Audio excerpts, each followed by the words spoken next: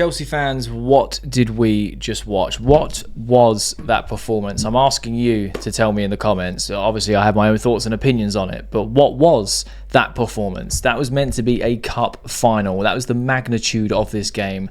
It was a must-win, a 6-pointer. We beat Liverpool last week. City dropped points. The heavenly gate open to say, Chelsea, do you want to secure UCL football this season? Here is your chance. And what did we do? We went, nah, we'll close the door, we'll lock it for you, and we'll throw away the key. What was that? Now, yes, it was a game of two halves, but my God, we're clutching at straws. We cannot afford to perform like that ever again. We started so slow, sluggish, passive. It was boys versus men in that first half. Now, admittedly, we did play better in the second half, and I will get onto that because there's a few players that can actually hold their head high. And we have to obviously talk about Nicolas Jackson having zero footballing IQ. He has zero IQ, no brain cells, hasn't got two to rub together, mate. What are you doing? You've ruined the season. Well, potentially, you've potentially cost Chelsea Champions League football, and you've ruined your own season because you can't play.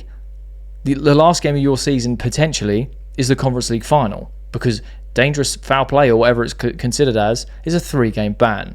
So well done, man. Well done, Jackson. You are one of the smartest footballers I've ever seen and had the pleasure of watching play football. What was that, man? Now, admittedly, we weren't fantastic. We were actually dire before Jackson was sent off. And I think that's fair to say. It was like watching Year 7s play Year 11s at high school. It was boys against men, and Newcastle had grit, had passion, determination. They wanted the points. They want Champions League football. If you was just to look at that one game, you would think, Chelsea don't want this. Chelsea don't want Champions League football. They want to progress. They're happy with where they are. They're not even playing for a win. They're not playing for points. They've just turned up. They've turned up to Newcastle's training session. That's what it was. Eddie Howe completely out-tacticked, out-mastered Enzo Maresca in this game in the first 10 minutes of the game. High press, high pressure. Go out there, win it for the fans, get an early goal. Job done. 2 minutes. 2 minutes is all it took. It took 2 minutes for Newcastle to go, if we put the pressure on them, they're away from home. They don't have a good record here. We haven't won at St. James's Park in 4 years. They find it hard to get points here. They find it hard to play here. We can create an atmosphere because we have great fans that create amazing atmospheres. Let's put the pressure on, force them to make an error, score a goal, job done. Then we can just go on cruise control. That's exactly what happened. This is exactly what happened.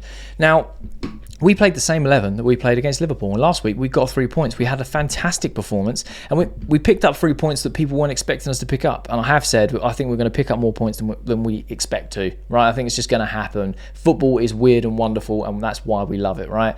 Like, no one expected City to drop points yesterday. No one expected us to beat Liverpool last week, but things happened. We went out today, and I felt so confident. I was like, it's the same 11, same system. If we go out with the same intensity and the same point to prove, Newcastle are in for a tough match here. No, we just turned up, kicked the ball about, gave it to Newcastle and went, yeah, let's just see what you can do. Yeah, go on then. Just have the ball, mate. It's not a problem. It was ridiculous. And we have to talk about Nicolas Jackson. What was Nicolas Jackson thinking, mate? Zero footballing IQ. In today's game, the modern game, you cannot take a look at a player and then go to jump for a 50-50, lead with your arm, like face height. I know you need to use your arms to jump, but he looks at the player, looks at the ball, jumps up, leads in with his elbow, catches him across the face. Yes, it was given as a booking on the field, and I don't think the ref had a particularly good game, but I'm also not one to blame referees because we know that the officiating in the Premier League is at an all-time low. We know that. We don't have to mention that. It's just a factor you have to put into the games. Either the ref's on your side or he isn't. It's very rare you have a good refereeing performance, in my opinion, and I don't want to put blame on the referee, because that isn't going to achieve anything. The fact of the matter is, Jackson gave the referee something to think about in a game of this magnitude. He's an idiot, quite frankly. He is an idiot. You make contact to someone's face with your elbow, in the modern game, it's a red. I don't care how you dress it up. Yes, it was given yellow on the field, but the people in a van, however many miles away, went, oh, you need to check that. He's, violent conduct, blah, blah, blah. Boom, gone.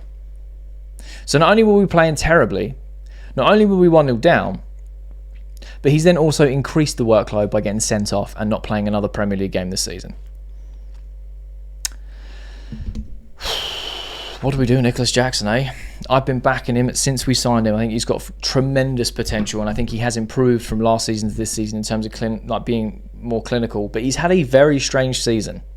He started very well, went for a period where he couldn't score for nothing, couldn't buy a goal. Then he was injured for a long period, and since he's come back, very, very hit and miss. And I'm still trying to work out what he's done since coming back. Now, this isn't just going to be a video bullying Nicolas Jackson. We all know how silly he was and how he has no brain cells to rub together in a footballing sense. But despite him being on the pitch or being off the pitch, Chelsea were going to lose that game. They were just going to lose that game because we were absolutely woeful in the first half and the damage was already done. And Eddie Howe was like, oh, I know what we can do in the second half. We can let Chelsea have the ball and we'll just sit tight. Sit tight, sit deep, be compact and hit them on the counter when we need to. That's exactly what happened. Now, I will admit Enzo Maresca made some changes at half-time, and it did change the dynamic of the game, and Chelsea played a lot better with 10 men, which is a testament to show you how many issues there are with this team, and how inconsistent and how young they are, and how much we lack experience, and how much we desperately crave some experienced players to be in that squad, to be able to manage games like that, to manage games of that magnitude when things aren't going your way, when the ref isn't giving decisions your way, to keep a level head, to keep the boys' mentality and vision and focus on the right thing and what we need to be doing, fighting for 3 points for UCL qualification. All these players want to play in the Champions League. You got to earn it. You got to earn it. You got to prove that you are worthy of getting qualification. It's as simple as that. It's as simple as that. Now, yes, like I said, we played better in the second half. We had large spells. We dominated Newcastle. They were more than happy to give us the ball, let us have the ball. They didn't care. They were like, cool, we're 1-0 up, we're at home, we're just going to sit deep. But guess what? With all that possession, with all that domination, with all that chance creation, we were creating chances for who? There was no one there because we had 10 men. And even when we had 11 men, we've got this weird obsession of crossing the ball in and we don't have a player with aerial threat. We've been doing it all season. It doesn't make sense. No one can make it make sense to me. We need someone with aerial threat. Why are we just swinging balls in and hoping? Now, yes, Cucurella came close with a great effort. Cole Palmer, with his shooting today, I don't know what was going on. He had one chance and he put it in Rose Ed. Chances were few and far between for us. Reece James headed it over the bar from a reasonable range where you would expect him to do better, right? And to be honest, we're clutching at straws, but that was the chance near the end of the game for us to get anything from this game. Now, if we'd have clawed back to a draw, I'd have said, you know what? We started poorly. We were passive. We were shocking. We were boys against men, but we clawed, and we went down to 10 men, but we clawed it back and we got something out of the game. Not the best result, but you kind of take it as the game plays out. You go, do you know what? After watching this game, you take those. You take a point, you move on. Shocking performance. Before I get a ball is kicked, you go, no, we went nothing less than 3 points. It's a 6-pointer. Nothing less. This now means that we have to win against United and we have to beat Forest if we stand any chance of guaranteeing UCL, Champions League qualification. And that's without looking at other people's results. I had people while I've watched along saying, oh yeah, but hopefully Leicester can do us a favour and Forest can drop points. Yeah, I appreciate the optimism. I'm a very optimistic fan. We know this. Right, people call me out on it all the time, and I just love seeing Chelsea win and always think that we can do what is needed to be done. But I'm also a realist when I'm actually seeing things unfold in front of me. We cannot hope for other results. You think Leicester went 1-0 up early? It's already 1-1 at the time of recording this. Do you know what I mean? We can't hope on other results. We have to go out and do the results, get them ourselves, not have to rely on anyone else. And today was absolutely woeful. Shocking, man. We played so much better in the second half, and it kind of gives a redeeming factor to it. And Enzo did make, a few changes here, and we ended up playing with like a back four and then putting a bit more pressure on further up the field in the second half. And there were nice passes to play. There was a lot more urgency. Yeah, players like Enzo, Palmer, Cucurella, Caicedo. I think Trevor Chalobah played well in the first half, but again, what was he doing for that first goal? Why would you feed a ball into Lavia when he's under pressure, which caused him to lose the ball, which caused the pattern of play to lose the goal? There's so much inconsistency with this young squad, which is expected because they're young. But going from the performance last week to this week, leagues and leagues difference. And it's disappointing. It takes the wind out your sails. Is UCL qualification even possible now for some people in terms of belief? Mathematically, yes. I still believe that we can secure it if we go out and win our next 2 games, because the only way that we can. We have to beat United, which is our most drawn game, or one of the most drawn games in Premier League history, so that will be fun. And then we've got to go away to Nottingham Forest and beat them a couple of days before the Conference League final. So we're going to have a rotated squad if we have any chance of getting anything from either of those games. So that will be fun. Just disappointing end to the weekend, man. Disappointing end to the weekend. Nicolas Jackson, he's let the team down. He increased the workload. He's let himself down because he has no footballing IQ, and he's ruined his own season, you know. So they are my thoughts and opinions on Newcastle 2, Chelsea 0. It was a thoroughly deserved victory for Newcastle. They absolutely battered us, did what needed to be done, and they showed a team like us in our current state that when we need points, when you need to step up, this is how you do it.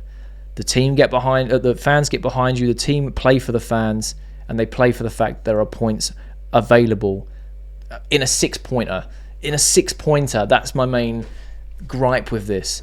Liverpool, no one expected us to get the points, and that's kind of like the only positive is we've got 3 points there and dropped them here. So you know what people expected to happen was the other way around. We would lose to Liverpool and try and get points at Newcastle, or some people were saying we're just going to lose both, right? So you know on that premise we've already done better, right? It's 3+3 than minus, having 0. So that's the only redeeming factor, is we picked up the points against Liverpool when we weren't expected to. But going off the back of that, it's then massively disappointing with the performance we put in against Newcastle. Things need to change massively. We need to win these last 2 games, and then we definitely need to win that Conference League final. And these 3 games are 3 cup finals. And if we turn up in these 3 cup finals the way we played today, we're going to get absolutely destroyed and battered, and it'll be embarrassing. So let's hope that they fix up and we go again against United, and we have to secure the victory. Simple as that. I think it's the last home game of the season. There's even more pressure on it. You're going to have the home fans on your back. Do you know what I mean? Like, it is what it is. But they're my thoughts and opinions on Newcastle 2, Chelsea 0. Let me know your thoughts and opinions down below in the comment section. I love having a conversation with you guys. Do you think that Chelsea can still qualify for the Champions League positions, or do you think it's over? Let me know your thoughts and opinions. If you have watched this far all the way to the end of the video, firstly, you're a real one. You honestly are. I really appreciate you. But secondly, there'll be a thumbnail that appears on the screen. So if you are a Chelsea fan who enjoys Chelsea content, make sure you click that thumbnail because you'll enjoy that video too.